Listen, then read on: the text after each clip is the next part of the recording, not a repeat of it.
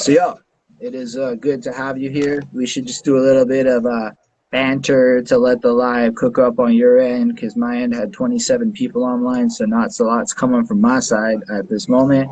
But It's now all good. We're everybody gonna on build. your end is going to see that. We got this recording over here to put on the YouTube and the Facebook after, so that's just kind of what's happening now. So, Dope. how was your Sunday? Yo, what's up, mommy? I see that you showed up in the live. Just you got to shout at your mom if she shows up. It seems like a good thing. So anyway, joining me today is Mr. Preach Ankobia. I hope I said that correctly. Yes, yes, yes, yes, yes. How you So doing, bro? I'm doing wonderful. It's a pleasure to have you here over on this little live call. So what we're gonna do today is just talk to the man and get a little sense of what he is up to today, what he has been doing. Because from what I can tell, he's a very impressive individual, a wealth of knowledge on Montreal's hip hop scene. And it would just be great to kind of extract a little bit of that knowledge and share it with everybody that is out there in watching this from whatever platform and time you end up seeing this very video. So on that note, why don't you give us a little introduction about who you are? And while some of the people may know this, but when you started, where you from in the beginning of all of this, when your entry point into the hip hop world is. It's your own boy Preach in the building. As you said, I go by Preach Ankobia, DG representative, Walkley to the death. You know what That's I mean? You and I. I guess we stumbled upon the fact that we got more in common than our love for hip hop. Wager kids, the Wager kids that we are. That is We got true. our high school in common and all that other good stuff. And I guess I've been doing this professionally, musically in the city of Montreal for the last 24 years. I started. I was about 14 years old when I got my first shot at becoming a professional DJ and actually stepping into spaces, into venues that I wasn't supposed to be in. You know what I mean? Shout out Gary T and shout out Rawl and Peter Red and all them guys that made sure that I stayed inspired while I still stayed in line. You So know what I so how mean? so how old were you when you started all of this? I was 14. I was 14 when I started DJing at in dance hall, as we call it. You know what I mean? So in those days, there was churches in Côte d'Ivoire and high schools and NDG and around the city, and the bingo hall, bingo palace, and those type of places. And I don't know. I was stubborn. I was motivated. I was shout out Jabi, shout out the head commander in chief over there at the Caribbean Curry House, the man holding down the kitchen these days. He literally I could say he saved my life. You know what I mean, in many ways, because how as kids a wager could be. Could be a little rambunctious, could lose focus, lose direction. He seen that, and he decided to tell my sister to introduce me to music. You know what I mean? So Black Temple was a sound crew that Mm. was established in the early 90s, and was known for I guess sublining, or co-starring alongside some of the world's greatest DJs and sound systems, Stone Love and Kilimanjaro and the list goes on, Cataract, and the list goes on. You know what I mean? So, you know, I guess he had taught me music as a way to just keep me distracted, not realizing that I was gonna take it a couple steps further and be like, nah, boss, like, yo, I'm coming to the club, dog. Like, you know what I mean? I gotta be there because I'm hearing you guys talk about all the hype and everything that's happening, and you're telling me I can't be there. So that was really the beginning. So like 1996, straight out of fresh on summer vacation. There was a party going on. There was a dance going on at what they used to call Soca City, you know, a little Filipino church over there in Côte d'Ivoire. And yeah, man, you know, I told them I was coming, and they were like, nah, man, you can't. That's not a big man thing. You know what I mean? We're not taking you. You know what I mean? So let's be clear. You know, they did not freely or willingly just take, you know, this 14-year-old to dancehall. You know what I mean? They didn't just freely just pick me up or whatever. But Jabi was like, you know, more so Madcliffe and Parish, they were like, yo, you know, I'm not taking you. You can't, you know, you're too young to be in these venues. You're too young to be in a space like this or whatever. And I'm like, yo, you're teaching me, you know, how to spin. You're teaching me the value of records. You're teaching me, you know, about the power of reggae and everything like that. I'm hearing you talk about Keith and Karen parties. I'm hearing you talk about Motions and all of these other places. I don't care if I'm 14. You know what I mean? I was like, I don't care if I'm 14. I'm coming. You know, and they're like, well, if you want to come, then you're going to have to make it, you know, you're going to have to be there yourself. You're going to have to make it there on your own. And I was like, all right, no problem. And, yo, they must have thought I was joking. And I remember, like, it was a Saturday afternoon. It was a hot Saturday afternoon. A sound from Jamaica was coming down called Cataract. And, you know, I was like, what time do I have to be there? And they're like, yo, you know, about 7 o'clock, you know, 6 or 7 o'clock. And I was like, oh, yeah, say where? No problem. I showed up at like 5:30.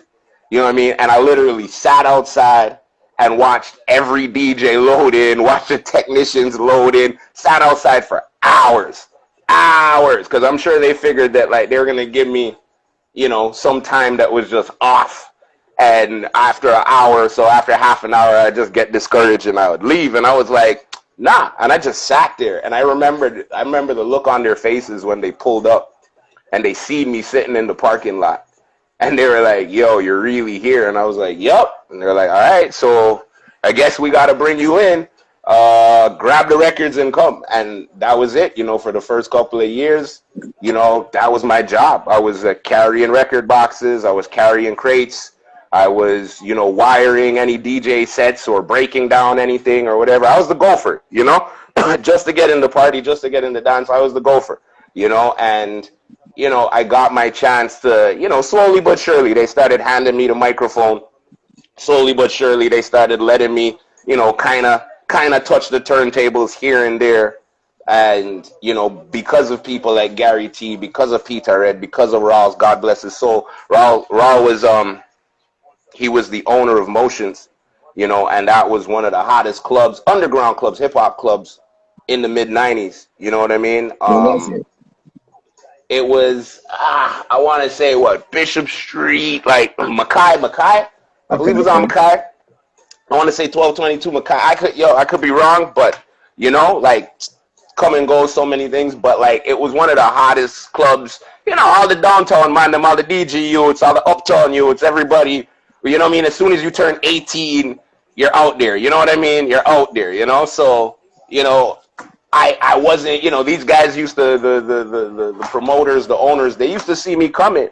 And they would be like, look, you could be in here as long as you don't drink, you don't smoke, you don't cause no trouble. You know what I mean? Stay by the DJ booth, and we're good. And that's pretty much what I did the whole way through. You know what I mean? I, like, kept my head down. You know, situations that I was able to grow through and see happen as I was coming of age, you know what I mean? Which kind of shaped me, you know what I mean? Which ended up, you know, making sure that, you know, I didn't see the world in like a juvenile way, you know? No, but what's really cool to hear about all of that is it sounds like at a pivotal point in life, music became a gateway to ensure that the trajectory where you ended up being. Because, I mean, I know you a bit now. I see some of the more positive-oriented things you're doing today. Now that you're in the position to almost be that guy that can go towards the youth or whoever else and kind of bring that same message forward. So just hearing that story, and then what I understand of you today, it's really cool to just see that you ended up being that kind of person after all this time. So big respect on that. Respect, man.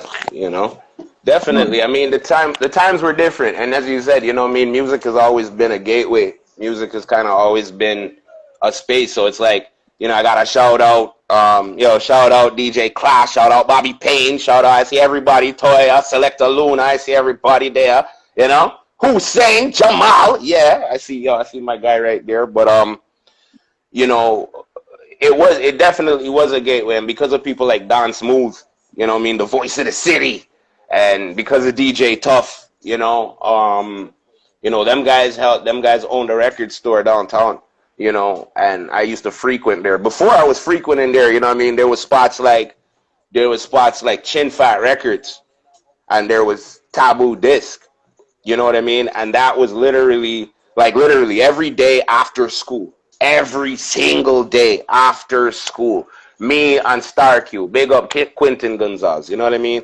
But with or without him, every day after school, I was in the record store, digging through records, listening to the DJ spin, pulling up exclusives, you know, looking for the white labels, you know, begging my sister to take me to New York every time she would go to New York, just so I could go to VP Records, just so I could hit Jamaica Avenue, and I could just be able to, like, you know, find these white labels. When we say white labels, you understand? White label records back in the day meant it was an exclusive. It was hot off the press. You understand? They didn't even have time. It was so fresh. They didn't even have time to put a label on it, Richard.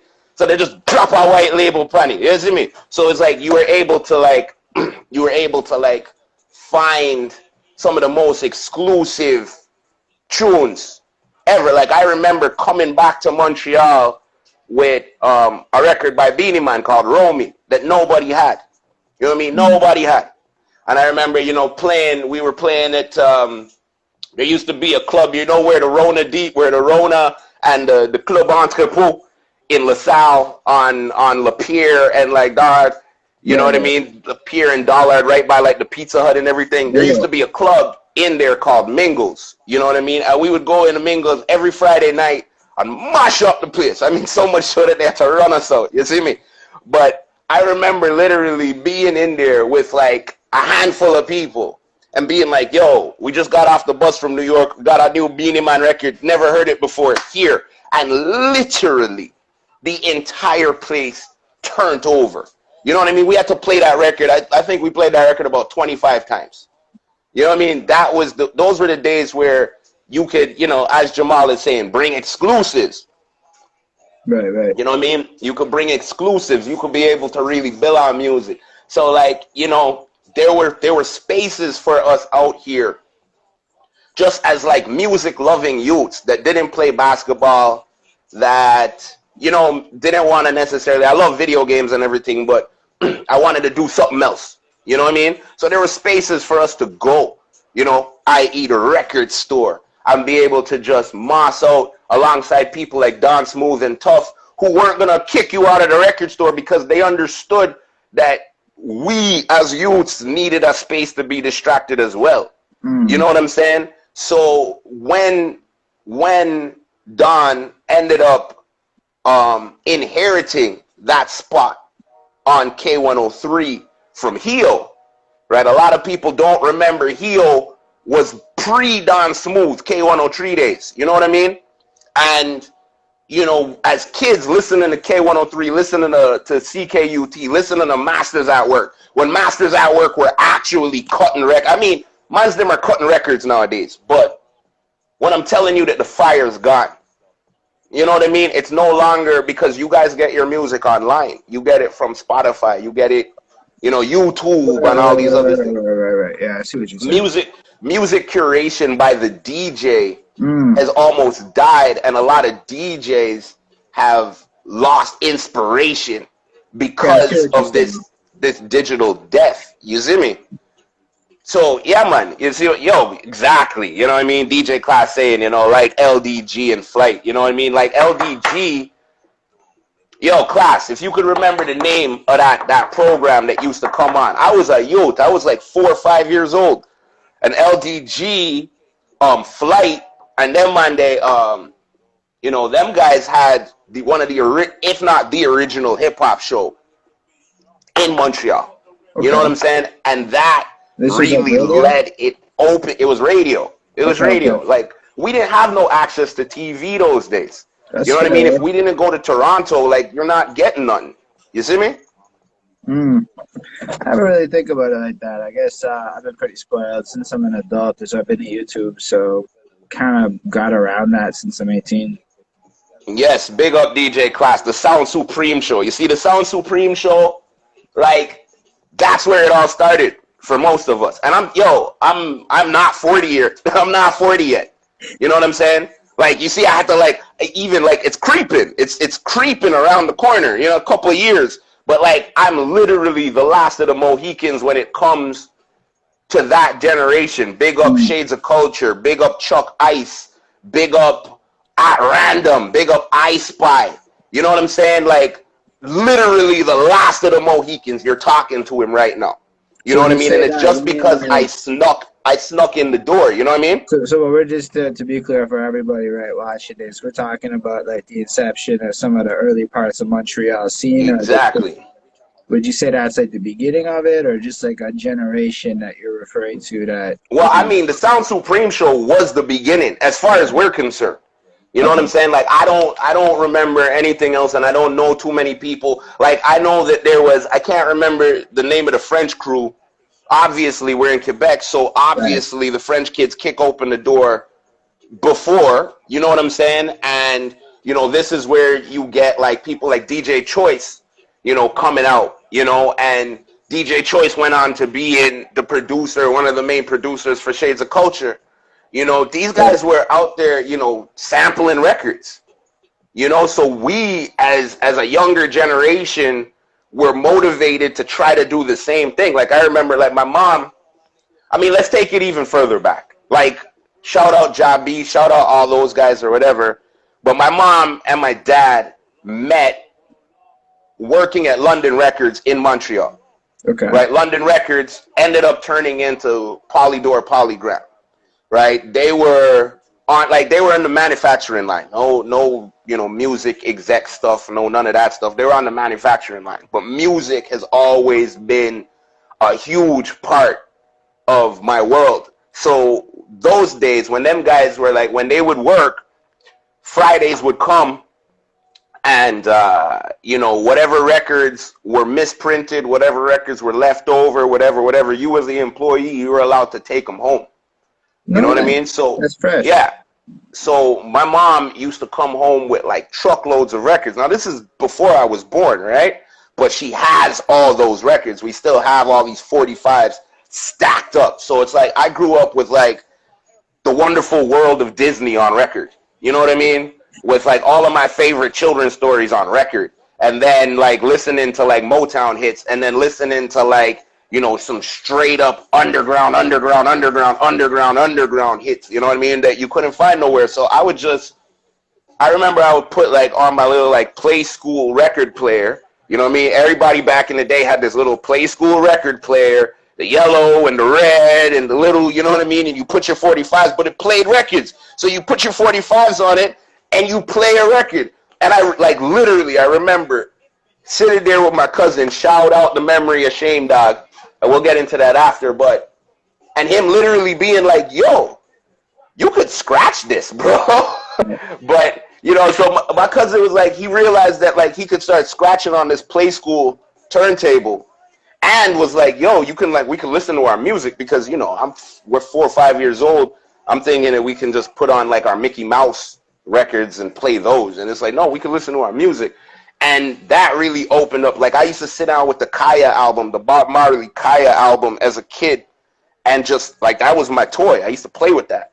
You know what I'm saying? Mm. So music has always been there. When my sister turned 16, LDG was the DJ, Captain was the DJ. So I had a great lineage. I grew up right above a brethren that went by the name of Barry G at the time, but we call Mellow G now. You know what I mean? And Mellow G is one of the forefathers to the reggae scene out here. You know what I'm saying? Mellow G comes from the days of like DJ Ray. DJ Ray was this when we say redskin, you know what I mean? You won't understand what I'm talking about, but like, you know, was this redskin youth from, I know he went to Centennial at some point or whatever, but he started rapping and then he went with the dancehall tip. And, these are all people you could like look up on YouTube. These are all people that you could find their early day music. You know what I'm saying? I went to school with Smurfette's sons, and Smurfette was a reggae singer out here from the community. I lived right down the street from MCJ and Cool G. And that was it. So you got to understand that, like, for us, we had all these DJs, we had all these radio shows popping off. CKUT came and gave us, Martin McLeish and all of these people. But and we're talking about, like, now we're saying we're going back to Michie Me and Maestro Fresh West. They had their thing. MCJ and Cool G moved out here from Nova Scotia. I don't know if it was Halifax or wherever. Let me not get that wrong. But they moved out here from Nova Scotia. And they were one of the first crews to lock a record deal. Right? Okay. And they put out a record called So Listen. Do you know about what year that is? Just to like kind of ballpark. We'll say like this is. I'm sure the underground version of the record started to move around like the late 80s. And by the time, it got picked up, it was maybe like 1990, 91. So we're saying this is for more the English side of the city, not necessarily the French. This is the Anglo side of the city. You know what I'm saying? This is the Anglo side of the city. So that got picked up around because Symphony in Effect was probably the first record that I caught. And that was class for that distinction in 1990. Anyway. 1990, exactly. So 1990, Capitol Records. You know what I'm saying? Look, DJ Class needs to be in this class right now. But 1990, and that's what I'm telling you. I was a shorty. I'm 8 years old at this point. You know what I'm saying? Because my sister was 10 years older than me. A lot of times when you have an older sibling that's much older, you're left trying to like catch up, and you got to catch up really quickly. You know what I'm saying? So she wasn't really into hip hop, but she loved Heavy D, she loved Fresh Prince, she loved the melodic stuff. And because MCJ and Cool G made the melodic stuff, and she was like around their age kind of thing, you know what I mean? Like kind of in that generation or whatever the case is. So I'm sure she knew girls that they were, and at parties and whatever. You move forward, and like that was my main inspiration as far as in knowing that I could do it from here, because I remember being in Steinberg, which y'all call Metro now, and being in Steinberg right on Summerled, Walkley and Summerled, and seeing James, right?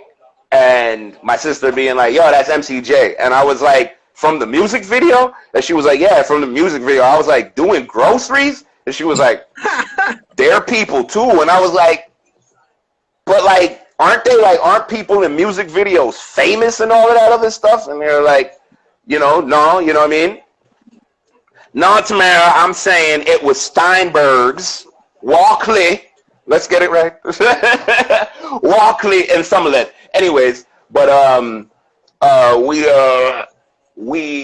it changed my mindset in just understanding that it was accessible, and that people that I seen on TV were right here. You know what I mean? Butcher T and all of these people were like lighting up the radio at the time. Stretch was a fresh voice on the radio for the Caribbean community. And for me, one of the most pivotal people for me, and this, we're going to let our viewers understand that this is like part one of our conversation, right? Yeah. We're going to be doing this in many strides, but one of the pivotal people for me was Primetime. And Primetime was a DJ that held down a reggae slot on Thursdays called Positive Vibes. Primetime actually, once I graduated through the ranks of becoming a DJ, Primetime trained me at the radio and trained me in radio production and stuff like that, because he knew that everything was about paying it forward and passing the information down and passing it forward. So shout out those people, you know what I'm saying? So, you know, there was a long history, right? And then right after MCJ and Cool G, just before Shades of Culture, right around the time, you got people like Benz Malone and the Freshmen. You know what I mean?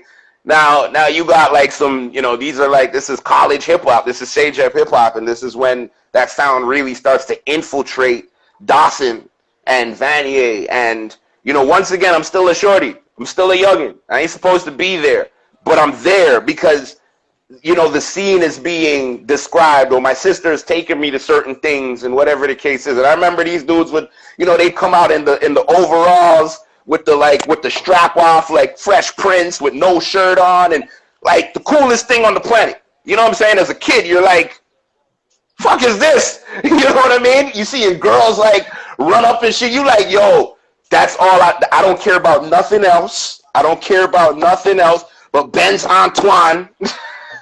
Ben's Antoine, you know what I mean? Like, literally open so many doors for young brothers out here. And we don't pay taxes on these brothers' names or on the ground that we stand on right now, because we don't have anybody out here, and I'm guilty of this, I'm spanking my own self, but we don't have nobody out here passing the history on. Well, And we don't have nobody like you asking the questions about the history. Well, at least we can say that right now. We're trying to rectify that. I mean, for me, it's interesting, right? Like, I'll be honest. Of all the names you brought up, I know who Shades of Culture is just because Dshade does the fucking hip hop karaoke. So I'm at Dshade, and I know him for a minute now. But even then, knowing him for a minute, I only actually looked into his music when Urban Logics gave me a little sense of how influential he was at a certain point. And even then, I've only bumped a few tunes and probably should have bumped a whole bunch more. So it makes me like realize I'm guilty of it too. Like, I have a desire to capture this history, but I don't know. Like, it's a good starting place, and then we go from there. And then, you know, you gotta understand, right? You gotta understand that. I mean, and as much as I shout out, as much as I told you about those names, I gave you those names without really getting into Shades of Culture, because the story really starts at Shades of Culture. Okay. You know what I mean? Like, I was at Chin Fat Records one day, and I remember seeing what was promoted as one of the first 12 inches, one of the first records, vinyls that was pressed by a Montreal group, and that was by a crew called At Random. Shout out Mr. Faze, like, Mr. Fate, that's Fate. Sorry. You see, because now you got Fate and you got Mr. Faze. Mr. Faze was with I Spy. Okay. And Mystical Flex was I Spy. Now, you know, Friday nights you'd be able to listen to Weekend Groove with Donald D. Saturdays was Masters at Work, Ken Dog and Mike Mission. Nothing's changed, unfortunately. You know what I mean? Hey, it is what it is. Ill Groove Garden was always around. And I remember being able to, like, you know, you'd hear the DJs cutting I Spy records, and they were some of the grimiest records that I'd ever heard from Montreal. Like, grimy, bro. Straight up. And you were like, at this point, you're like, I Spy is the group? I Spy. Right? So it's like, that's where, like, you know, we go from MCJ and Cool G, so listen to what we say. You know what I mean? To, like, I Spy coming with some real street, real LaSalle, real, you know what I mean? Bringing you the heights, you know what I mean? Bringing you the sound of the underground. And you were like, yo, it was comparable to, like, what you were hearing come out of, like, Muggs's crew, like, in the sense of not Muggs from Montreal, Cypress Hill and House of Pain and that type of shit. You know what I mean? And then you get this slot that starts getting filled by Shades of Culture, because those brothers that I called out, unfortunately, you're not going to find too many music videos from them. You know what I'm saying? Unless you had real backing or real money. In those days, music videos cost tens of thousands of dollars to produce. You know what I mean? So you had to have real money at the time to produce a music video. You had to have some kind of label support or some kind of backing. So a lot of these brothers you might not find videos for. Ziploc from Ill Groove Garden, he was a part of a crew called Death Threat with Arcade. Arcade is another brother that, once again, we don't pay taxes on. We don't show enough love to. You know what I'm saying? Like, Arcade ended up actually graduated and becoming a wrestler, like, later on in the life. Like, professional, like, straight up top turnbuckle shit. You know what I'm saying? Okay. So, Death Threat, Ziploc, and Arcade, they got a video out that I pull up every now and then. You know what I'm saying? I pull up every now and then. You can find that on YouTube and shit like that. DEF Threat, THREAT. You know what I mean? Check that out. That's some real, like, that's some real Montreal history. Yo, I'm just gonna interject something. For those of you that are watching this, what I'm gonna do after this video is make a list of all the names that the man said. Because if you're like me right now, you're going, all right, that was a lot of names.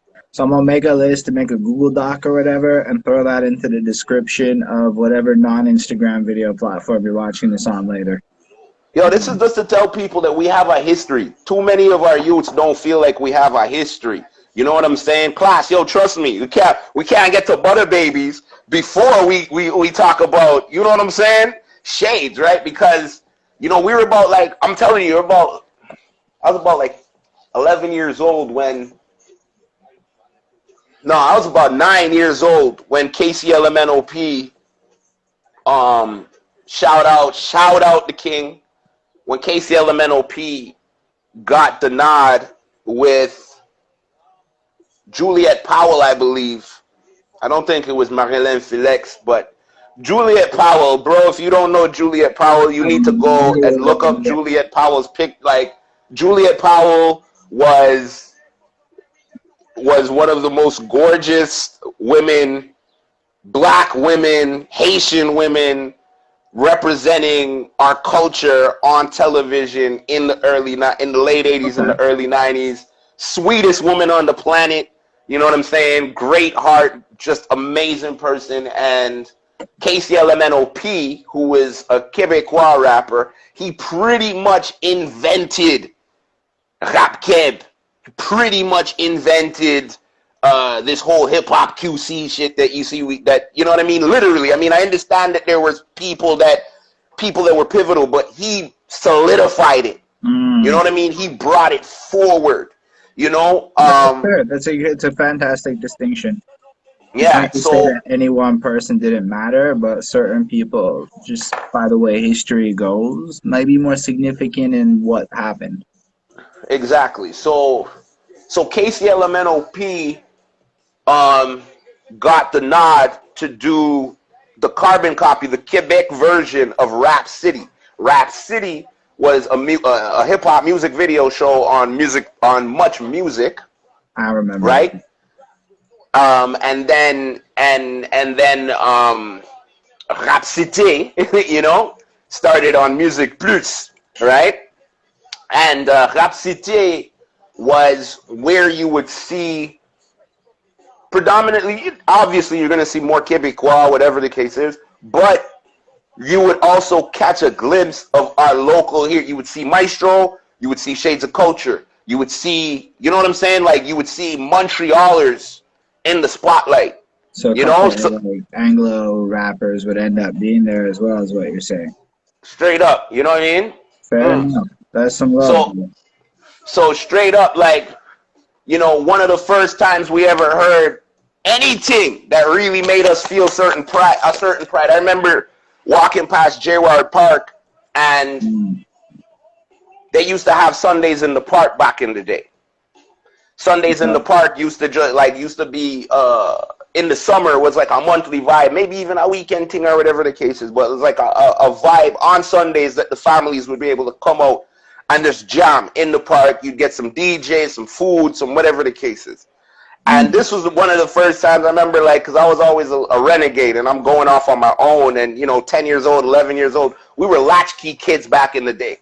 You know what I'm saying? You're like 7, 8 years old. You got to figure out how to live on your own because your mom's at work, your mom's at school doing something. So you got to figure out how to like live on your own. You got to figure out how to do things on your own. So I'm venturing out at about like, 11 years old on my own, on my bike, just, checking out DG. And I end up in Jayward Park and I see Shades of Culture doing their thing.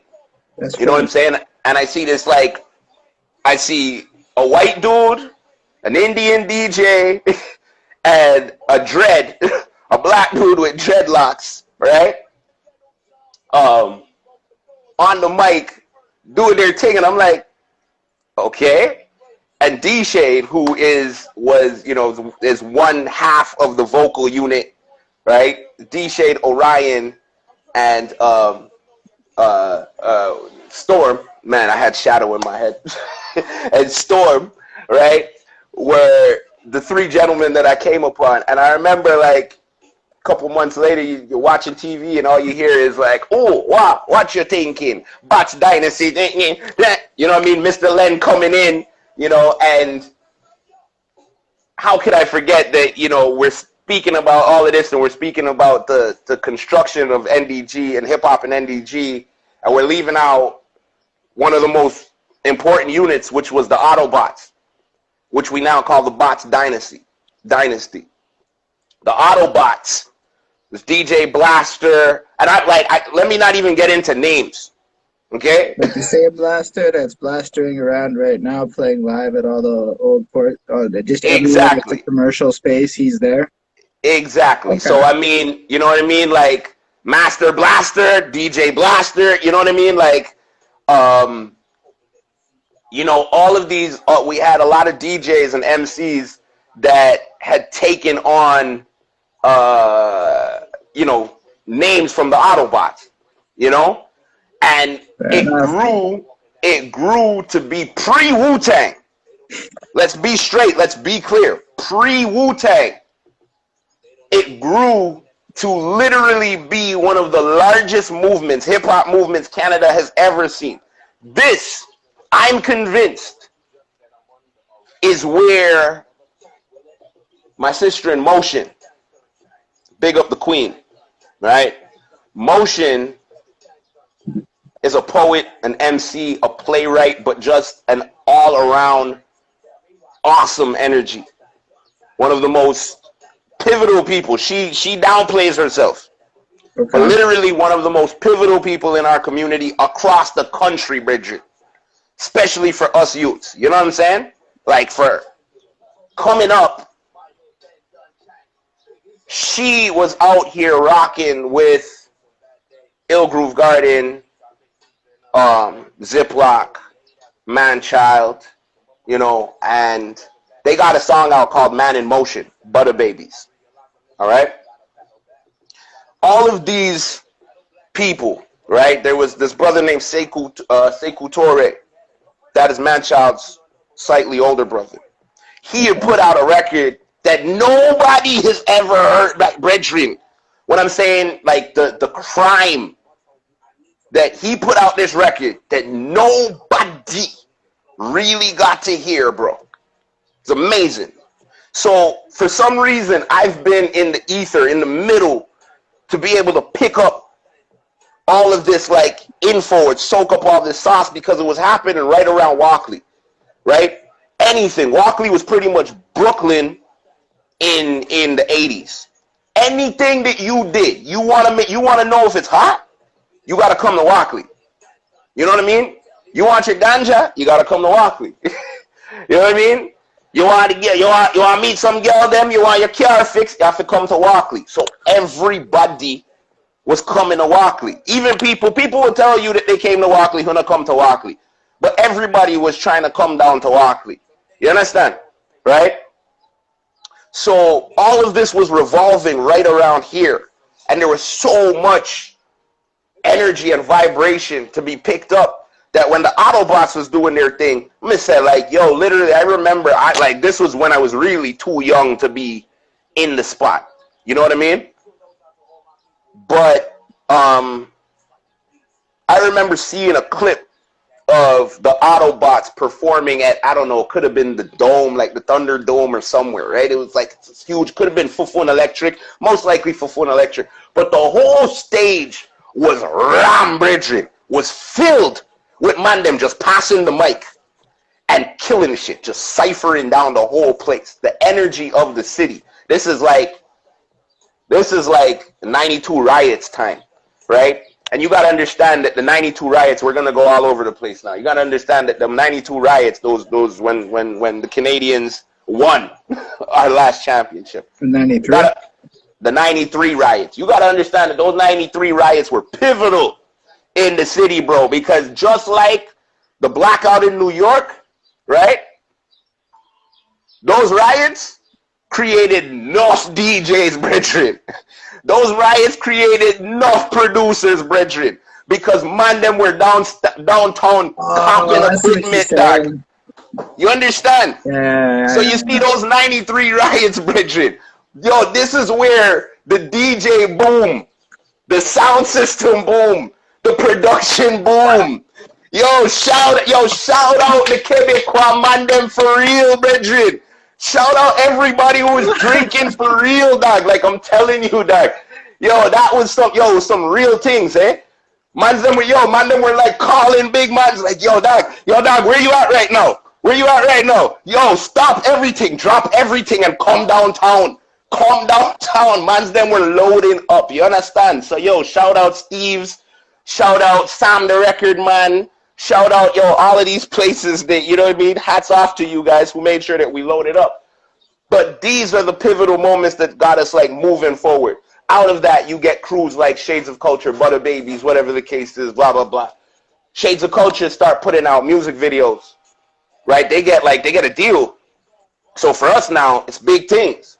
You know what I mean? And they start putting out music videos. And, like, not just one music video and wait, like, 2 years to put out a follow-up. Like back-to-back music videos. They're putting out EPs. They're putting out mixtapes. They're putting out singles. They're doing shows.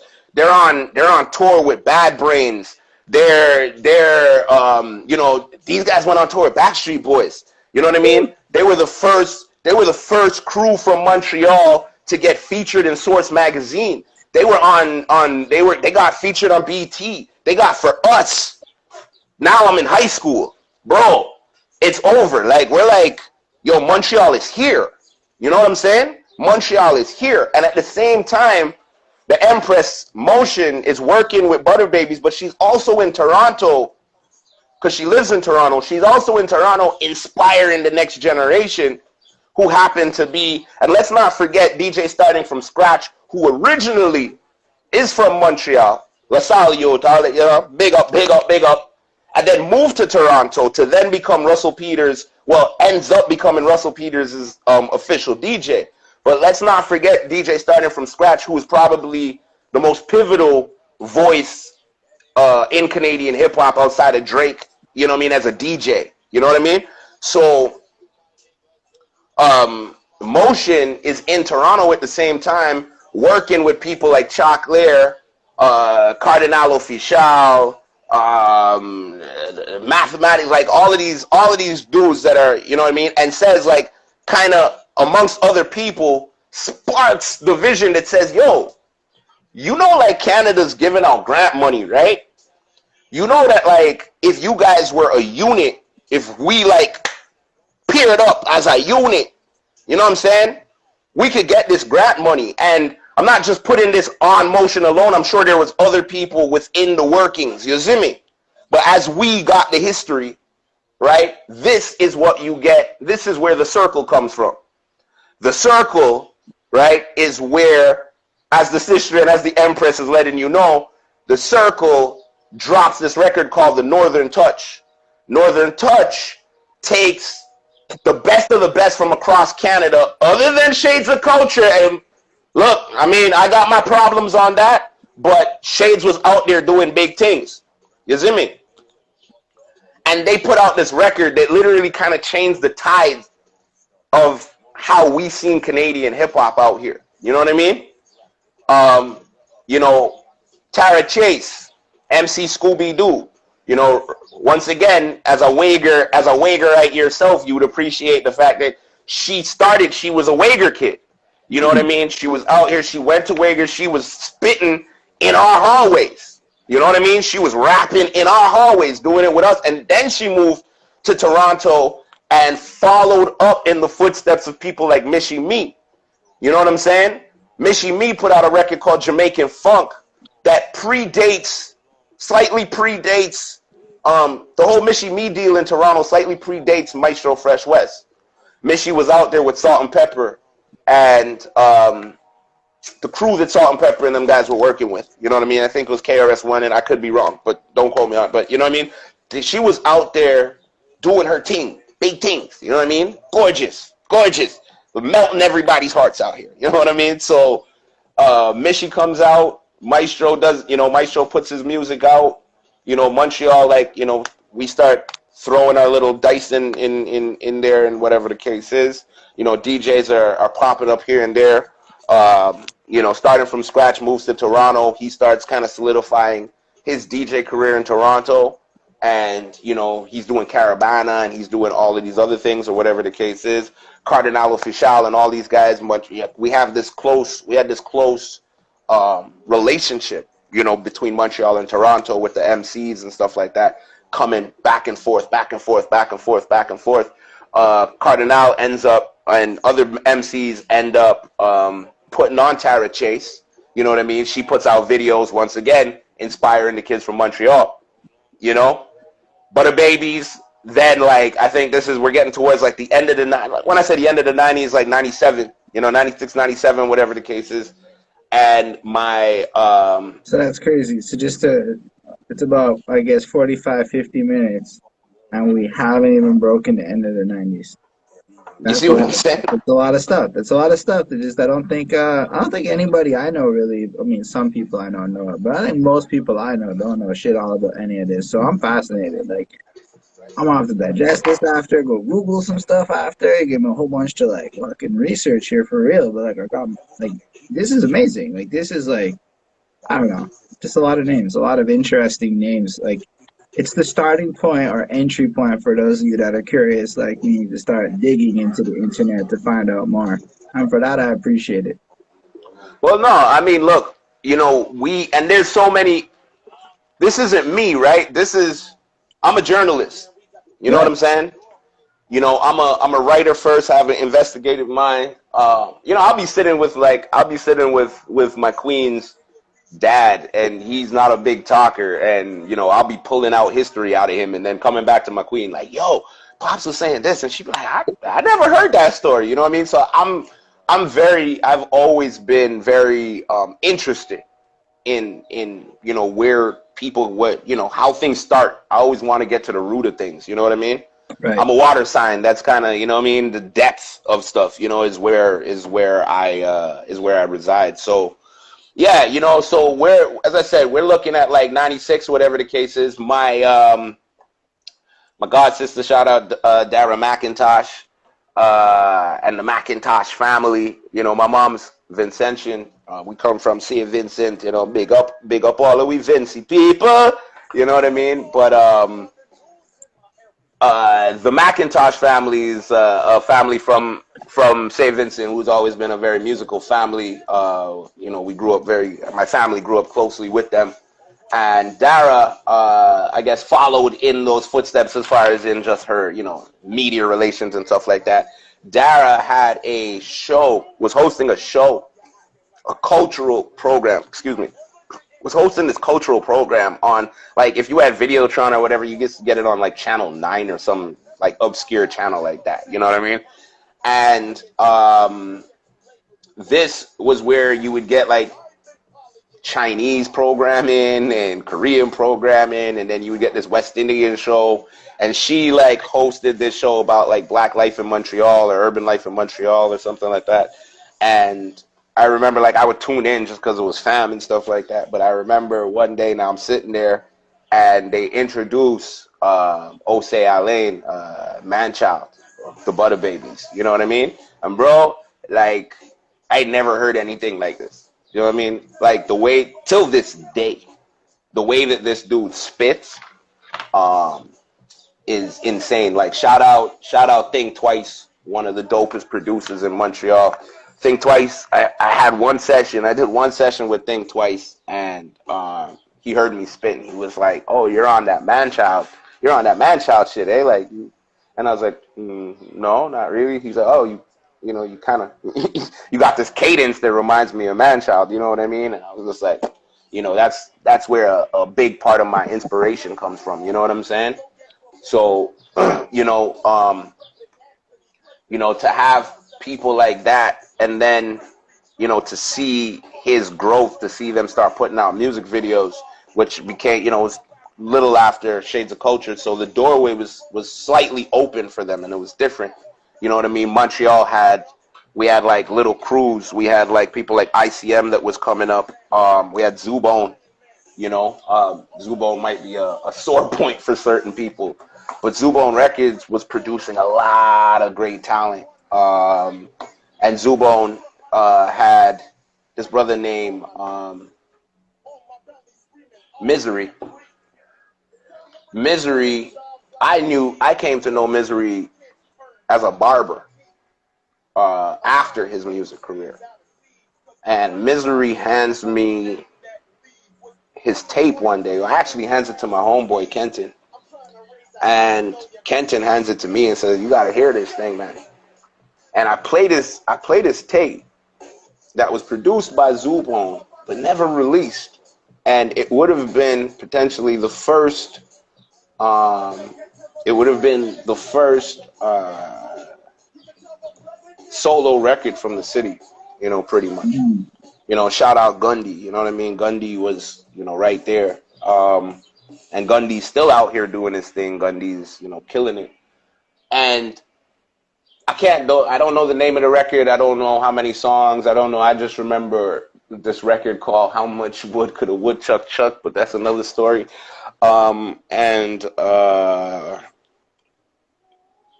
listened to this record, and it was pretty much Dead Prez, right? Okay. But before Dead Prez. You know what I'm saying? So like Dead Prez put out their album in like 2002, and this would have came out like late 90s. Misery, I ended up moving to LaSalle in 99. I was 18. I ended up moving to LaSalle. I ended up moving to a street called Daniel. And I get there, you know, I'm already making music. I'm already DJing or whatever. People start telling me, "Oh, yeah, you know, Misery used to live around here with his brother Kaminga, a.k.a. Sans Pression," right? So Sans Pression and Misery are brothers. Sans Pression raps in French. Misery raps in English. Misery is like this tall, towering, dread, dark, you know, brother, militant, kingly, emperor, like, you see me? Like, the world was not ready for it at all. And, you know, I wasn't there to speak about what happened with Zubone, but, you know, Zubone ends up going under, and a lot of those projects never really saw the light of day.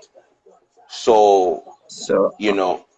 I don't mean to like cut it, but I have a feeling that the live video is approaching the 1 hour mark, which as a Wait, we got an hour?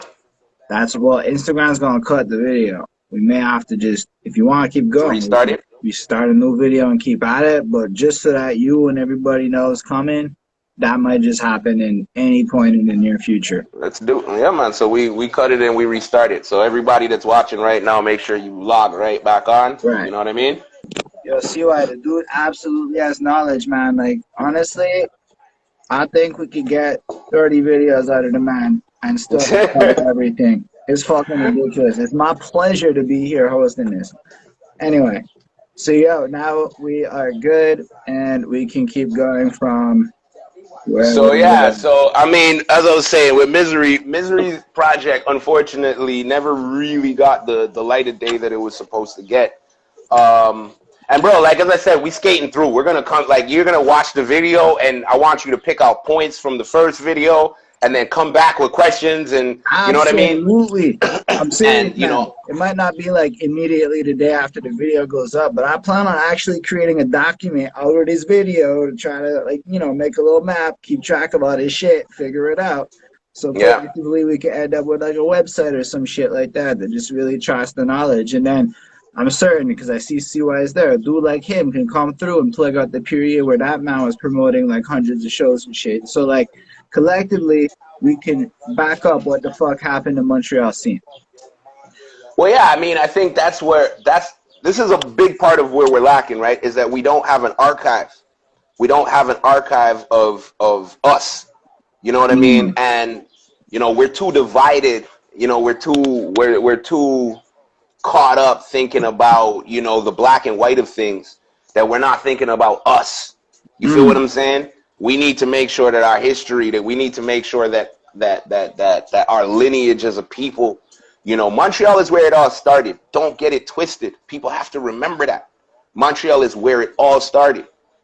When you say it, are you talking like Canadian hip hop or I'm Quebec talking about scene? music yo, I'm talking about music and the industry and everything in general. Yo, look, I know we're talking about, and we're gonna put a little pin in this point at misery, and we're gonna come back to that, right? Because we still didn't get into the whole, shades of culture and Love it. Love it. mind state and all of that, right? But we'll put a pin in that and we'll come back to that. Look, one of the classes that they need to teach out here, right? And yo, shout out CY, shout out that's my little cousin right there, Jamal Hussein.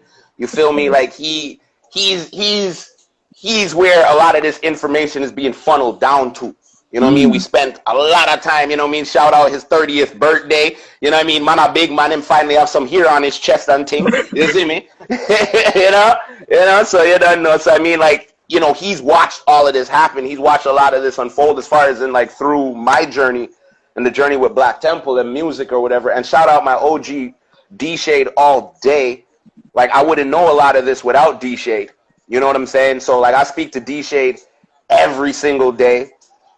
As I Yeah, say, that's I don't talk to. respect. Yeah, man. That guy is like the humblest dude ever. That, like, of all the people, like considering the history the man has, if you meet the man and you have no idea what his history is, seriously, like the definition of humility. Straight up. And I mean, you wouldn't. Like, I gotta remind him. I gotta be like, bro, do you know who you are? You know what I'm saying? So like, straight up, look.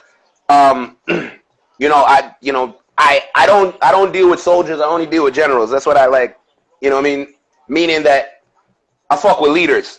Mm, Leaders fuck with leaders. Leaders mm, talk to leaders. You know what I'm saying? When you right. go to the leaders, you will be able to get the history as you need it. You're not gonna get broken telephone. You feel me? So I went straight to the leaders and I asked a lot of the leaders what was up. You know what I mean? I listened to the leaders talk. You feel me? Whether it was just having a couple conversations with David Cox, Bad News Brown, Yeah. watching that trajectory, we came up together. You know what I'm saying? I came up at a time with Lopeshi and Narcy, and we were kids. You know what I'm saying? Yo, Mm, shout out my little brother Will Niava. You know what I mean? Cote yeah. d'Ivoire in the building. That brother, yo, I need everybody on this. I need everybody. Everybody. He's gonna put the .com. He's gonna tell you where we gonna put this movie up. You know what I'm saying? But this brother got a mad movie that, like, I need everybody. Once it comes out, right? So I need everybody to start following Will Niava. Right now. Right now. Anyways, yo, follow everybody that's on this live because we got some real people. CY, Jamal, Mm. DJ Class. I seen Bobby Payne step in here earlier. You know what I mean? Shout out everybody. So when I say, yo, this is where it all started, what I mean is, in a nutshell, and this is what I got in a nutshell. This is what I know and I understand in a nutshell. I wasn't there to see this, right? To Right. see this. Rufus Rockhead was a Jamaican porter who migrated to Montreal from Jamaica and became the first black owner of a nightclub in Canada at a time where blacks were not allowed to sell liquor. He But when figured was this? out. This was in the 19. Hold up. Now we gonna do a little research, right? Yes. We're gonna do a little research because this is they used to call it what, the Mountain Tavern. So we're gonna look up Rufus Rockhead. So I want to say 1928. Fair enough. Right, so 1928, and this is, I mean, you could look, we could Wikipedia the man, but I'm gonna say it, I'm gonna read it as it is right here. Right, Rockhead's Paradise was a nightclub in Montreal, the first in the city to be owned by a black businessman from circa Oh, 1931 until its demise in 1977. Rockheads, as it was known locally, featured singers, dancers, comedians, and other African American entertainers, mostly brought in from the United States. They were accompanied on stage by a house band of local black musicians. The three-story building also housed a street-level bar where jazz musicians, mostly local, performed, and a tavern. In 1928, Rufus Rockhead, a Jamaican-born immigrant, First World War veteran, and former railroad porter, bought the building at 1258 St. Antoine Street West, corner of Mountain Street. The three-story building initially housed hotel rooms on the top floor. In 1931, Rockhead converted the second and third floors into a cabaret-style nightclub and managed to obtain a liquor license from the Quebec provincial authorities, a groundbreaking achievement for a black businessman at the time. The club became famous for the high quality of its all-black stage shows and the hospitality of its owner, who greeted patrons individually at the top of the stairs with a flower, with a rose. Every lady got a rose, right? Famous African-American musicians and entertainers, including Duke Ellington, Louis Armstrong, Cab Calloway, Billie Holiday, and Ella Fitzgerald, often frequented the club after finishing their engagements elsewhere in the city, and sometimes performed impromptu on stage with the house band. The club was located in Little Burgundy, a mainly black inner-city residential neighborhood where several Canadian jazz musicians grew up, notably Oscar Peterson and Oliver Jones. While the club was popular with both black and white patrons, some white Canadians felt that it jeopardized white Canadians' morality and white womanhood in particular. Rockhead was also known for encouraging younger local musicians, some of whom became members of the house band and or played in his street-level band, street-level bar or jazz club. In 1975, Rockhead suffered a stroke. 2 years later, his son Kenny Rockhead sold the club to Dudu Boissel, who moved his jazz and blues nightclub, the Rising Sun, there from its original home on St. Catherine Street West. The move proved unsuccessful, and the Rising Sun subsequently moved back to its original home. The building was later resold and demolished, a victim of gentrification. Rufus Rockhead died in a Montreal Veterans Hospital in 1981. In 1989, Rockhead was memorialized by the city of Montreal with a street named in his honor. Right? So that, in a nutshell, is our history. All right. When we talk about not paying taxes to people, I'm sorry I had to get into a little class right there, but I wanted to read it as it was. I mean, if it counts for myself, I watch YouTube videos that are basically dudes reading scripts at me, so I'm down for this any day of the week. But no, it's really interesting because, right, I mean, right there, what you said is Montreal had, such a significant musical impact, especially if you consider the road to the jazz side and its influence on these different artists that passed through, plus who came from here. And this is stuff that personally I've not heard before. So I would never even thought to look it up. Therefore, the history lesson is fucking fantastic on my end of it. I mean, Rufus Rockhead, like, let's, fill in certain blanks. And I mean, this is with, a lot of, these are rumors or these are what people have written or whatever the case is. As I said, I wasn't there. I was born the year he passed away. You know what I'm saying? They say that he was pivotal during Prohibition. Okay. They say that, a lot of those bootleggers, including people like Al Capone, relied on him to get their alcohol across the border. Once again, I'm just going by what I read. All right. Do not. I ain't asking the Rockhead family to come after me. I'm just going by what we read. Fair enough. This would then, if I'm connecting the dots, okay, you connect the dots and you understand that the Seagram's family, right? And the Seagram's family is a famous, Montreal-based family. Yes. Who ended up they had a liquor distillery, and then their sons, right, the young boy who didn't want to be in liquor anymore, went on to opening Universal Studios, Universal Music, the Universal Music Group, right? So Universal Music Group pretty much owns everything now. Fair enough, eh? I didn't know that. Right? I mean, you gotta have to understand that some of the world's most important institutions come from Montreal. Cirque du Soleil, Montreal Jazz Festival, Right. Just for Laughs. You know what I mean? Some of the most, institutions, institutions. Donald K. Donald was an institution. You know what I mean? I'm sure if Donald K. Donald, I'm sure if we could sit Donald K. Donald down and really pick his head, he'd tell you that most of his inspiration came from Rufus Rockhead.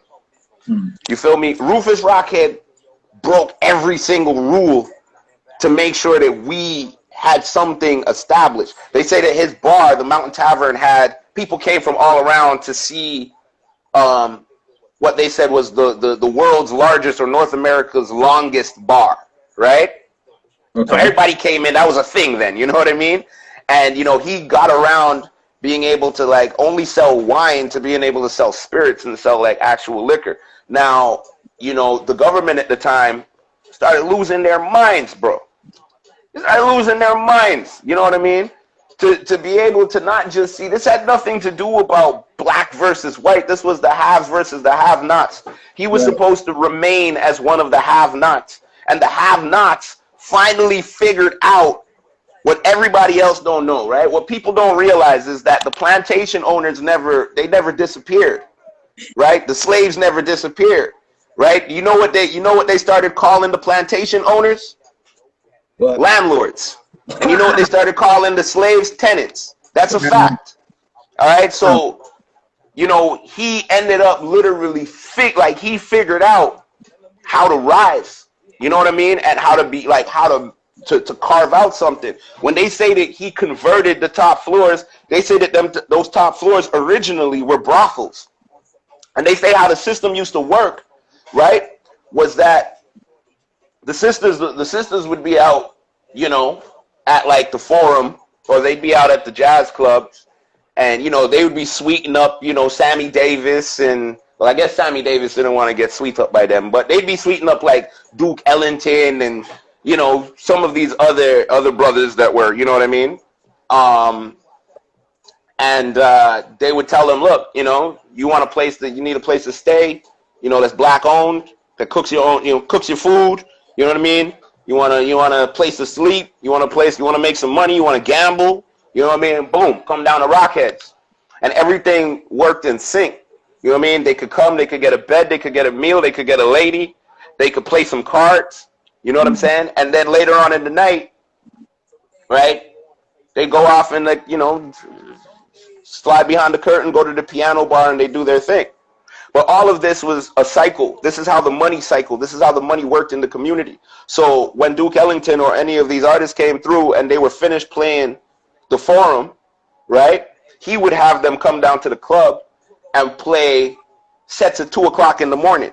So technically, he also created the first circus, the first Sona, the first Aura. You know what I'm saying? All of these after-hour clubs that we know.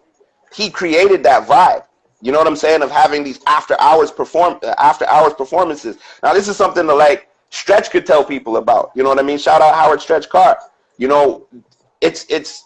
I hear that. I understand that. You know what I mean? A lot of times we go with our elders. You know what I mean? A lot of times we feel that the water is stagnant, and we need our elders to kind of make space for us as youth, especially me. I'm over at CKUT, but the significance of people like Stretch is that if we lose people like that in their seats, we also lose this history And when we lose people like that, we lose parts of this history. We lose people that actually laid their eyes on this history. You know what I mean? So like our brothers and sisters need to make sure that they sit down with these brothers and sisters, with our kings and queens, and make sure that they grab this information firsthand, because I could only tell you something that I read about. Right. You know what I'm saying? I could only tell you something that I read about, but I'm just saying that all of this worked hand in hand. You know, when they outlawed, and I'm sure they ended up outlawing prostitution in many ways because it allowed women in that era to enterprise on their own. You know what I'm saying? You know, they say that when the gold rush began, the richest person in California was a woman who figured out that she was just going to build the first brothel out there, give those men a place to sleep and a place to spend their money, and she amassed the most gold in North America at one point, and that's why they locked down prostitution, or they say that that's why they locked down. They say that's why they locked down prostitution in California originally. You know what I mean? When money starts funneling to the have-nots through natural means, it makes the people that have very uncomfortable. You know what I'm saying? So, you know, they started to like regulate so many things around Rufus Rockhead, and you know, try to put him out of business a variety of times, many times. You know what I'm saying? They like literally they pretty much like brought him to a premature death. You know what I'm saying? And you know, they can be all pretty when they say, you know, gentrification, but like they literally demolished his club to build the highway, the overpass on St. Antoine. So we don't have anything. You know what I'm saying? We don't have what we were supposed to have. Doodoo Boissel created the Jazz Fest. Not how one of them could ever dispute that. None of them could dispute that. The first 3-4 editions of the Jazz Fest was created by Doodoo Boissel. Doodoo Boissel just passed away before this whole COVID-19 thing came and started to distract people. Nobody paid homage to the man. Nobody other than the underground artists that shared these little like Facebook stories that like they don't mean anything. We didn't pay no tax. They like wrote him off as he was crazy, bro. You know what I'm saying? And that man I understand, like I wasn't working with the man. He wasn't paying me. You know what I'm saying? I know a lot of people have their own versions of their history with Doodoo. You know what I'm saying? Yo, when we're out here and we're making money, boss, like a lot of times we get blinded. You know what I mean? We get blinded and we do things in the pursuit of trying to solidify something greater, and sometimes feet, you know, toes get stepped on and people feel trampled, and that's not necessarily the intention as we're moving along. I can recognize a man, like I can relate to a man like Doodoo, but yo, the man created the Jazz Fest. You could go online and see the original posters for the Jazz Fest. You know what I'm saying? Yo, the man he has a book where he conveys all of this history. I implore everybody to like go find that book. It's called The Rising Sun by Doodoo Boissel. You know what I mean? It's in French, but yo, read that book. You know what I'm saying? Like the man has like letters from Nina Simone and all kinds of stuff in that book, right? Like real history. You feel me? We did not covet, we did not honor our history enough. Yo, Vaz, we did not protect what we had enough, and we're not fighting. You know what I mean? Everybody's out here distracted by what's happening in America, but we're not fighting for what we are supposed to have right here. They're talking about the NCC and them selling the NCC and us wanting to protect the NCC. Nobody's talking about the UNIA. Nobody wants to talk about like Rockhead's Paradise. You know what I mean? Nobody wants to talk about, you know, the Jazz Fest and the fact that they stole that from us. You know what I mean? They basically industrialized. They, you know, outlawed gambling. They outlawed all kinds. They regulated so many things. When they remember, as I said, like it was a system, right? Upstairs you had The ladies that, the ladies go out, they bring you in, you get a room, you get a meal, you gamble. That gambling money and the bar money would go towards paying Sammy Davis, paying Duke Ellington, paying all these people at the end of the night when they came to do their after-hours shows, right? So they'd make some extra money out here or whatever the case is. So a lot of people would, were known for having, like, my godfather he owned a bed and breakfast out here, and Sammy Davis used to stay with him back in the day. So, like, that was a thing that a lot of these people used to come out here. They used to love Montreal because of the scene, because of the vibration, because of the people, because of the freedom.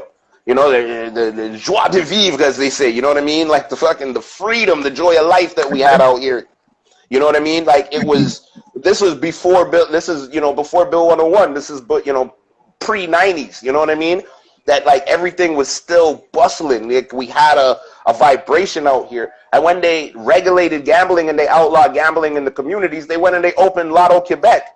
You know what I mean? And us, like a bag of dummies, started to go and take our dollars and our toonies and go give it to these people. And then they went and they opened, and then they went and they basically, funded the jazz festival. You know what I'm saying? And that's what we have now. This corporate entity. Yo, I love them. They've put money in my pocket for the last however many years. Shout out to them. You feel what I'm saying?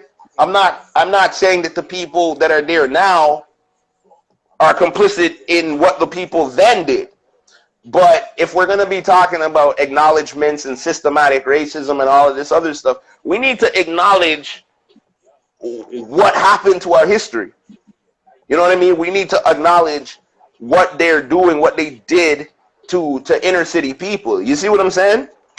Right? So these are,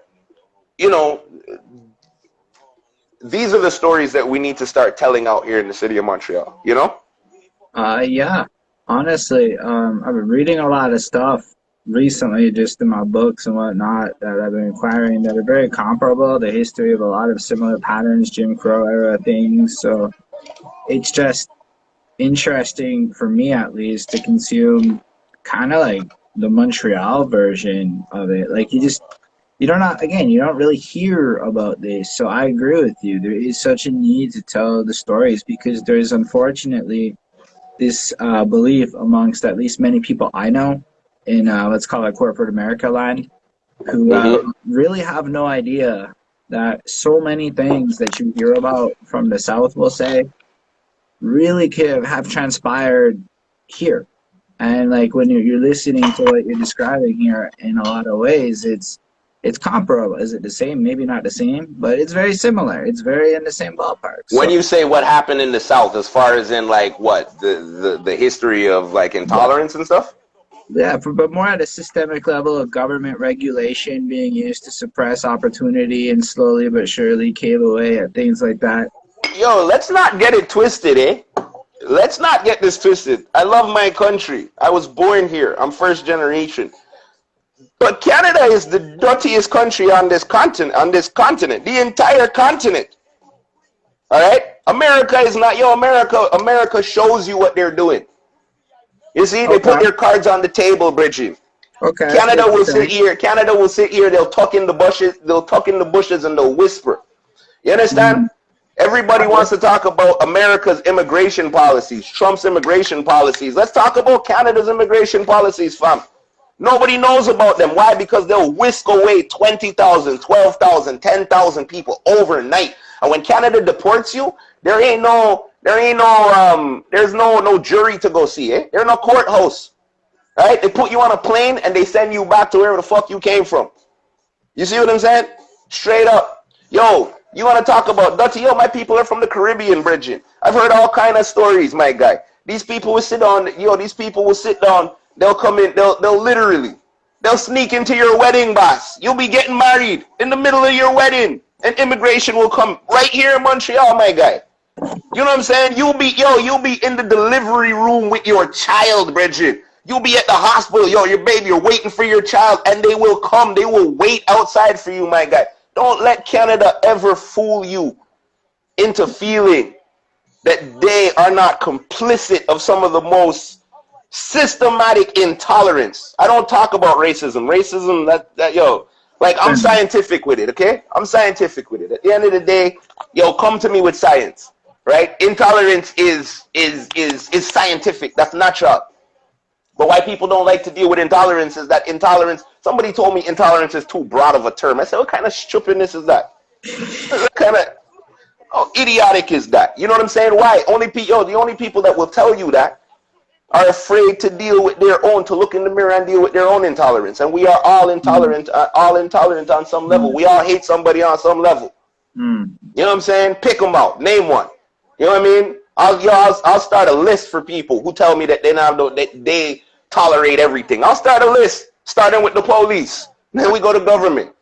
All right. You see what I'm saying? So I think this has definitely been a lot of great stuff, but we have sincerely pivoted from the main conversation. Well, what I'm saying is look, what I'm saying is that right here in the city, you have to understand that when they're talking about, because right now the big conversation towards trying to recognize our history is also them recognizing or admitting that there's something called systematic racism. Right. You're not going to get them to do that. You know what I mean? It's not going to happen ever.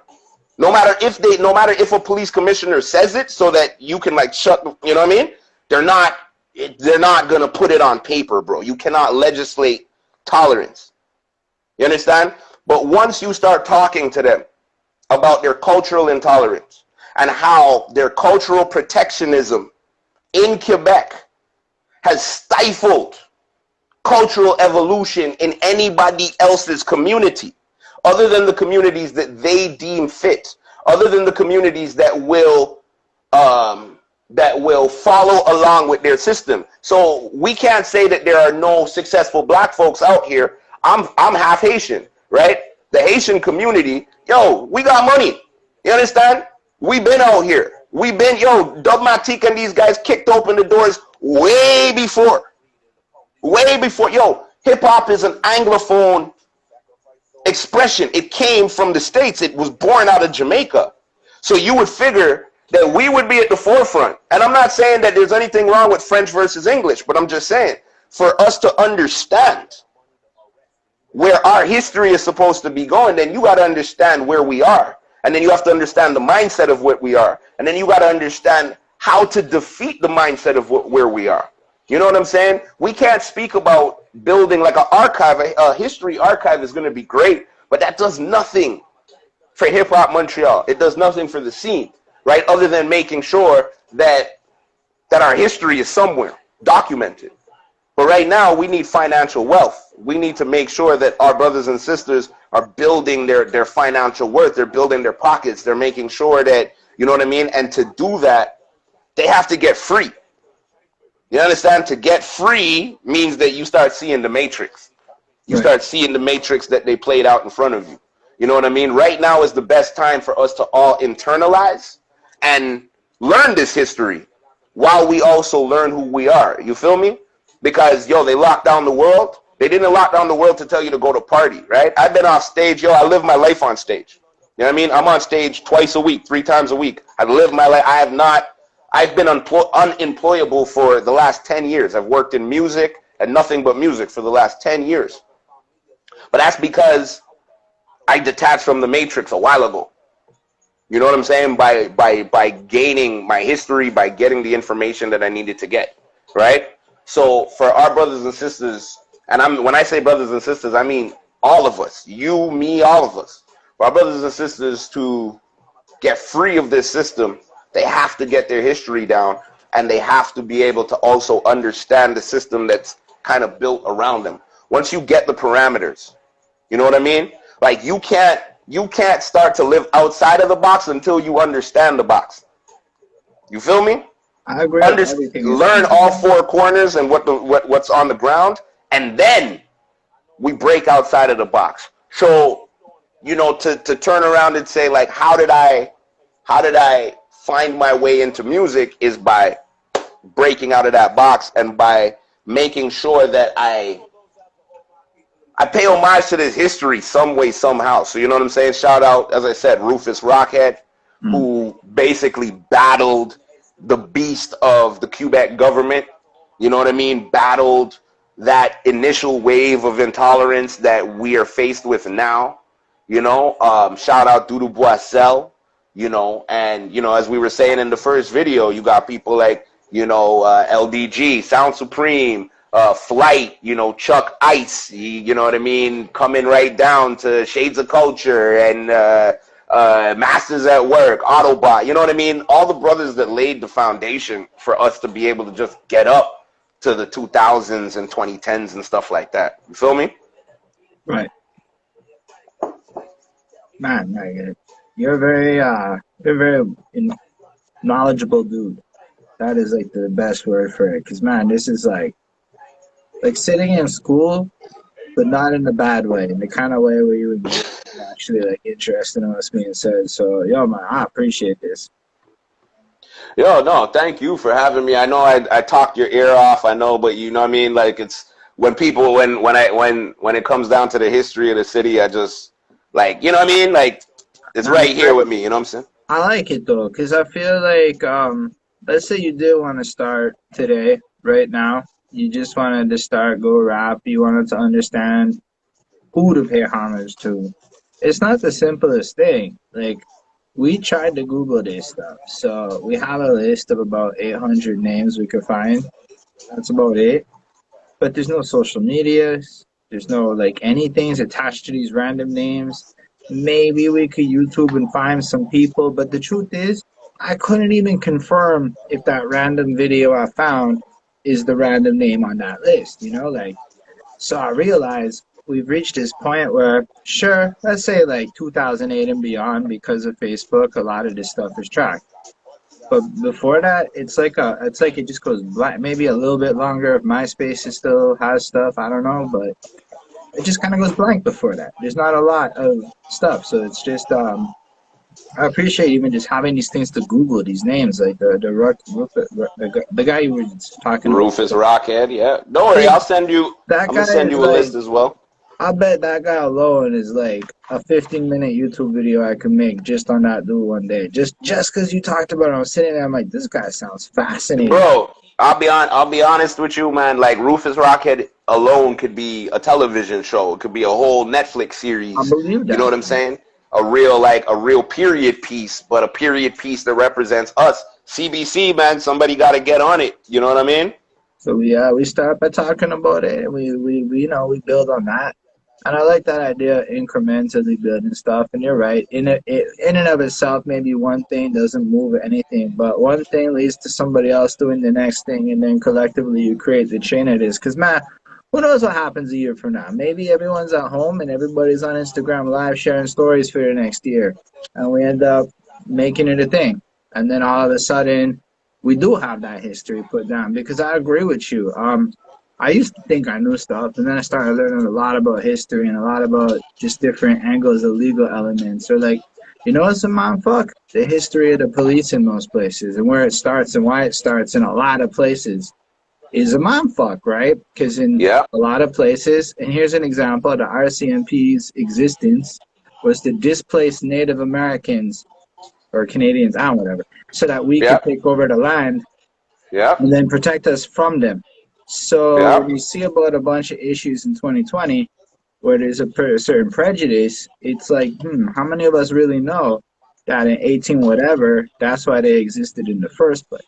Anyway, so I can appreciate where you're coming from with when you build that history knowledge base first, from that and you stack onto it, you allow the ability to move forward and then use You, intelligence and wisdom to kind of guide it. So man, if we can do anything to like give people that opportunity to learn for those who end up being curious, which will make other people curious, and then the next thing you know, motherfuckers will start name dropping these dudes in their bars, and it becomes like a thing.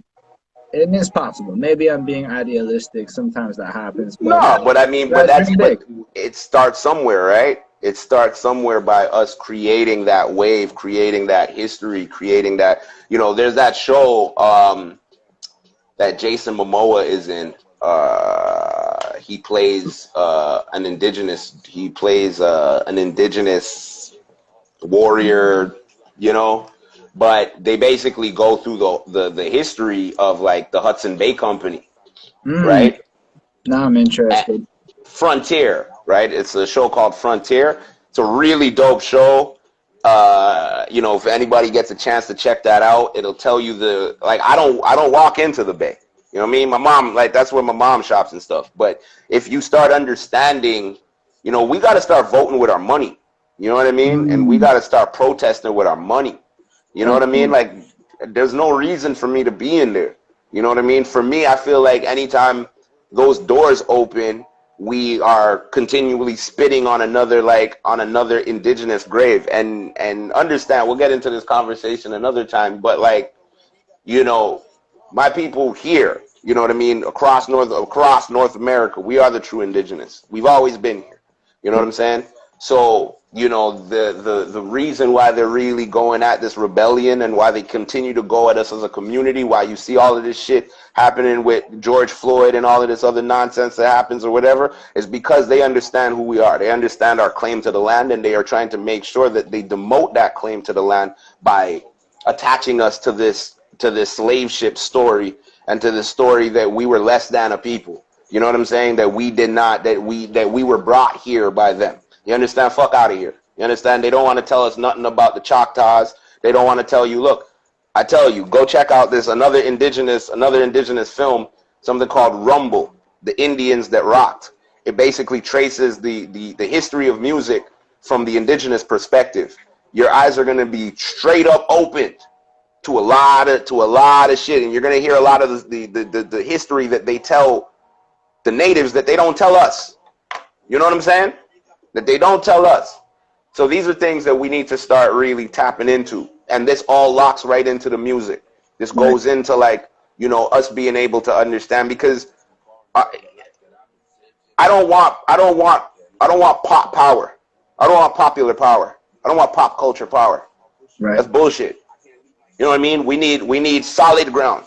You know what I mean? We need to make sure that when we do have something, and when we do finally establish something, that it is a holistic approach to building our community. It's Mm. not just about, you know what I mean? Because, yo, I straight up, kind of, I fuck kind of, this. I kind of, What does Drake blowing up really do for anybody in Toronto outside of the people that he looks at? it actually hurts everyone else because it locks the sound down to be like Drake or get the fuck out and go somewhere else. And that seems to be more of what the pop side of what Toronto's reality is. And now, maybe not talking everything. I'm saying that you seem to have to be in that R&B lane, or you're not going to be invited to Drake's party. And, you know, I mean, I don't want to be invited to none of them parties. And at the end of the day, it's like, look, you know, my success, and I learned this, right? Like, you know, moving my music into a professional space where I started making money off of my music and doing things like that. I started understanding that, one, my success was seen in two different ways, or my success played out in two different ways. Until you're making enough money to really be able to invigorate your community, it doesn't make a difference. Mm, You just got fucking, you know, Friday night bear money and shit. You know what I mean? You got a couple rounds money. You got, you know, let's go to dinner money. You know what I'm saying? And we live in a blue collar town, right? In this blue okay. collar town, where we are seen as the white collar crime, or we were seen as the white collar crime capital of the world. In this blue collar town, the have nots, us, us who grew up in the inner city, we have not been groomed for success yet. We have not been Mm, groomed for um, to be intellectually fiscal, or for fiscal intelligence, right. right? We And it's none of our fault. You know what I mean? Our little dinky economic class in Wager wasn't gonna teach us nothing about money. You know what I'm saying? And then, because our parents are born into this system of, when I say servitude, right? Okay, I mean that they work service level jobs.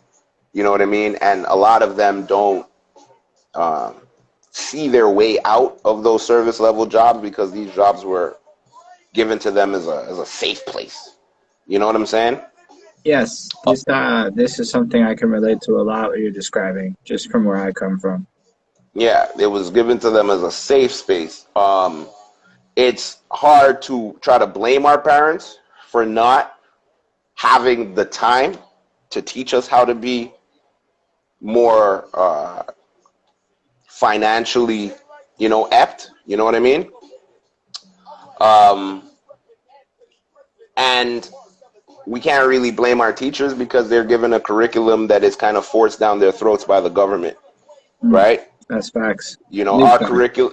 curriculum does not in the public schools. Our curriculums do not reflect the curriculums that are in um, private schools. You know what I'm saying? And a lot of MCs, a lot of people, a lot of artists come from the public school system. Right. So the business of music and the business of art is one of the last things that we actually start looking into or start thinking about. And when we are confronted with the business of art as a blue collar town, we kind of clam up. You know what I mean? When we're confronted with white collar success that's outside of us, we sometimes feel infringed upon, even though we don't understand that infringement. But Mm, for a lot of us, it brings on a certain level of depression that makes us feel like I'm still stuck in the matrix while you figured your way out. You know what I'm saying? right. I observe that firsthand. You know what I mean? With people telling me, bro, it's good for you, does nothing for me. You know what I'm saying? So, it's hard for people to believe in themselves if they don't know their history. You know what I mean? It's hard for you to understand where you're going if you don't know where you're coming from. You know what I mean? If you don't know what they took from you, then how can you actually solidify your history? You have to think that I'll show you how pivotal Montreal is. We talk about the revolution, we talk about all the revolutionaries, we talk about conscious hip hop and Public Enemy and Dead Prez and whatever. All of these people will admit that their number one inspiration, you know what I mean, the more militant they are, is Malcolm X. Mm. But how many Montrealers realize that there would be no Malcolm X without Montreal? I personally did not realize that, and I did read the book, the autobiography of Malcolm X. I don't remember if Montreal comes up in there. His parents met at the UNIA in Little Burgundy. No His shit. mother, his mother is Guyanese, or she's from Grenada, one of those islands, and she was encouraged to move to Canada, Montreal, where and her to work and follow the ways of Marcus Garvey and work within the community and stuff like that. And Malcolm X's father was a Garveyite. Mm. You know what I mean? Thank you, Sweet Spice. I should say Grenada. You know what I mean? So she came from Grenada, moved to Montreal, and his father was a Garveyite, came to Montreal for a rally, a seminar, or whatever the case is, and the rest is history. You know what I'm saying? So we have to understand that the energy that comes from this city it's not an unknown fact to the powers that be, right? It is not an unknown mystery to the powers that be. They know what we're playing with out here. They know you see me? They get what's out here. All Yeah. right. So for us to not recognize that is where the atrocity comes in. It doesn't matter if it's in books. You know what I mean? It doesn't matter if you know what I mean? We need to know this. We need to live with this fact. Could you imagine how proud young men and women would be walking around this city if every day they knew, every time they walked past, they went to Lionel Grew or they passed Lionel Grew Metro, they said, yo, Malcolm X. Malcolm X. That's You know very what I'm cool. saying? Malcolm. That's a powerful idea. I feel you on that. You feel what I'm saying? So I'm just saying, like, for us to get to know our history and understand our history and go down this rabbit hole, I get that we kind of, you know what I mean, deviated from the records for a second, but Listen, you man, know, this is like powerful knowledge. And like you said, it's context that builds around the records, and without they all intertwine. So at the end of the day, it's just part of the landscape of the story. They're intertwined. intertwined. So we just want, you know, my whole goal, you know, is to make sure that, yeah, we do protect the history out here. You know what I'm saying? And that, you know, it's all about paying it forward. You Mm. know what I mean? It's all about paying it forward. Right now, you know, the goal is to try to bring about some form of fiscal knowledge in the community so that, you know, we can start building towards, walking towards wealth, Right. communal wealth. You know what I'm saying? Until we have that knowledge, then we can't, it doesn't make sense, you know.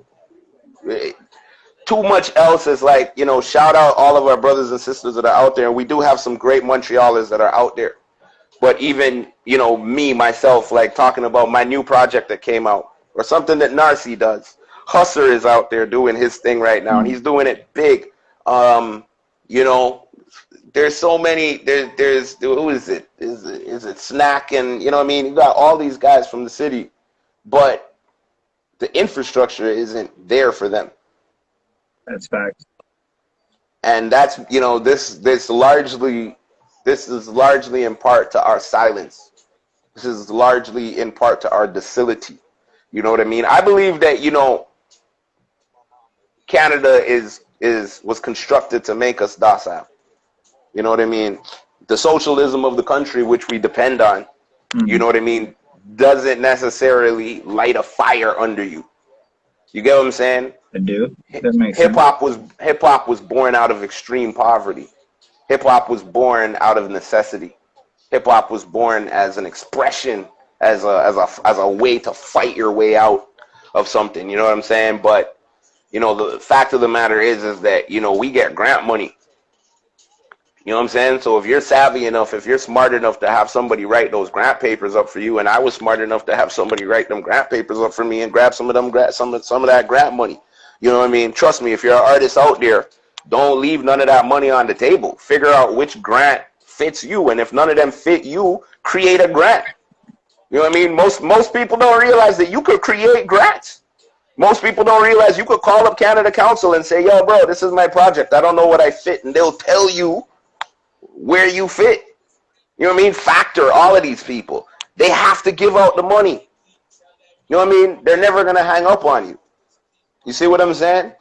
But our welfare system is constructed. You know, you have a kid out here, you get paid. Like all of these, everything is kind of structured so that our coziness, you know what I'm saying, also brings about a certain amount of complacence.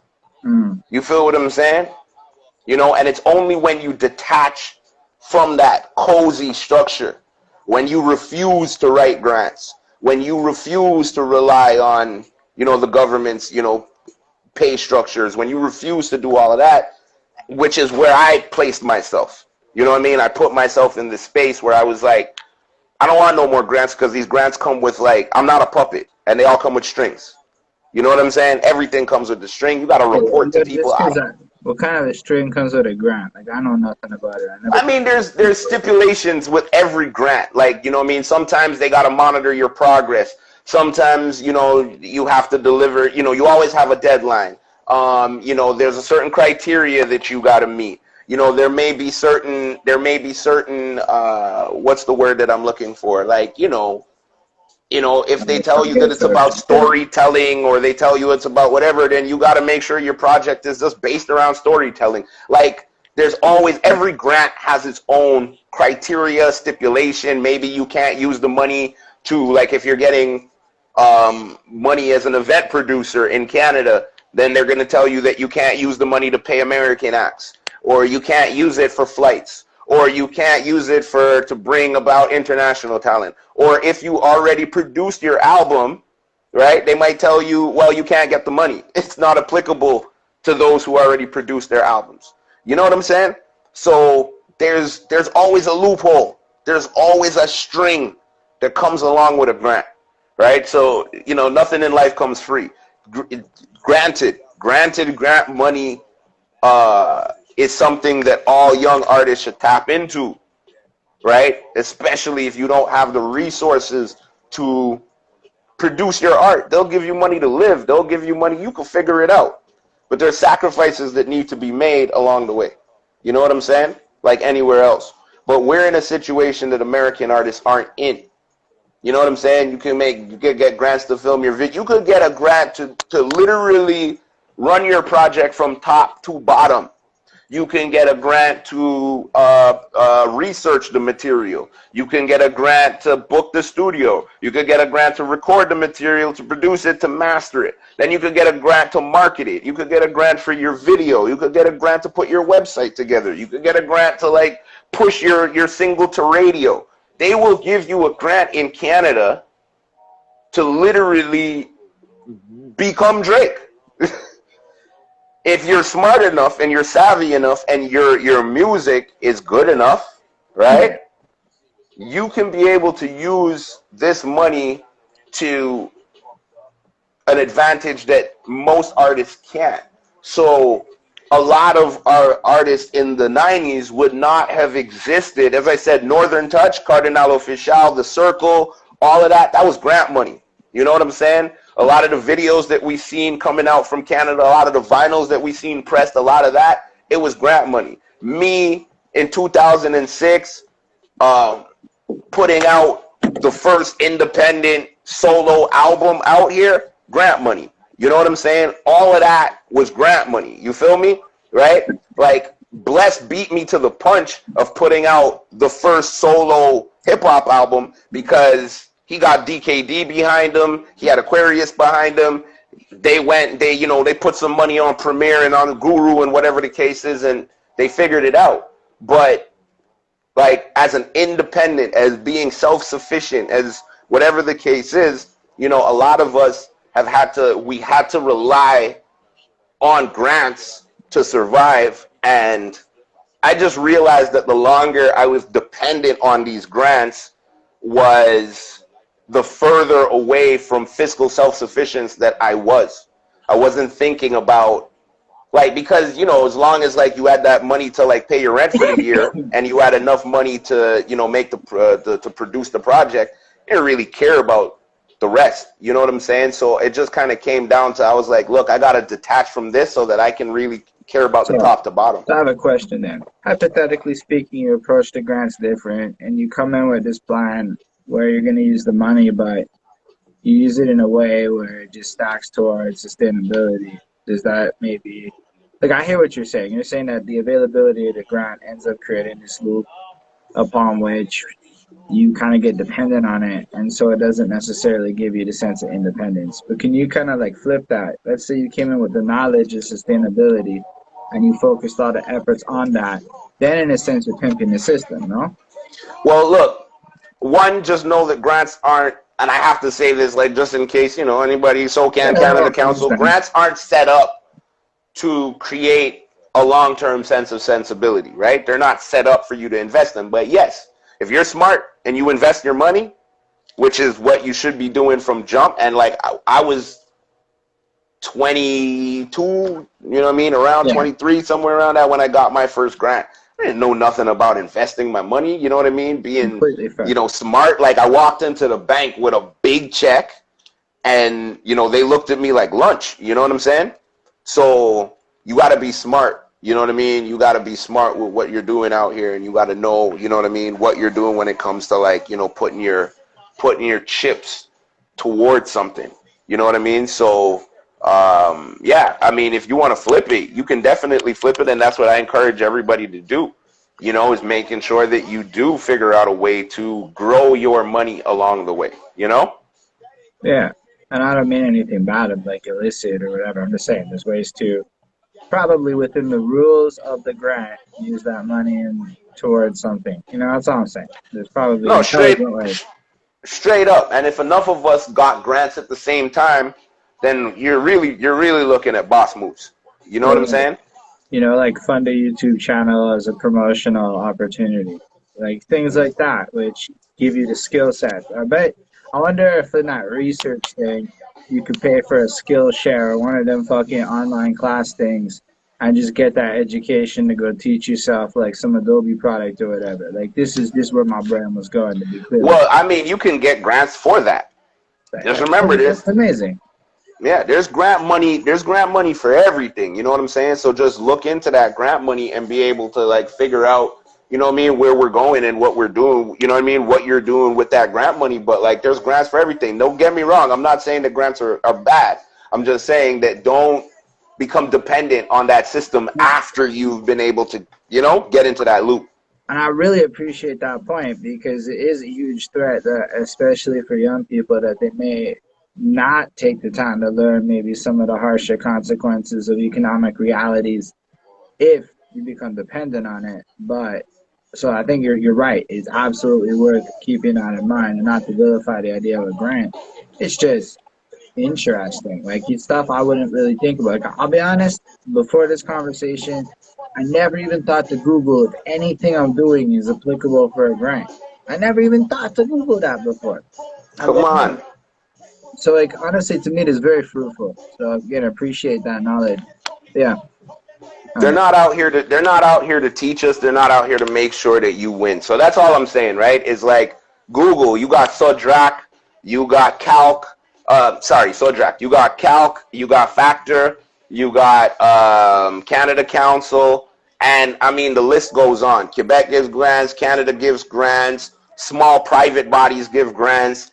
There's grants for almost virtually anything, and grants don't just apply to art and artists. It applies to professionals. It applies to students. It applies to, there's so many things that you could get a grant for. So work the system, work it to your, you know what I mean, advantage. Just don't, you know, don't get zombied out by it. You know what I mean?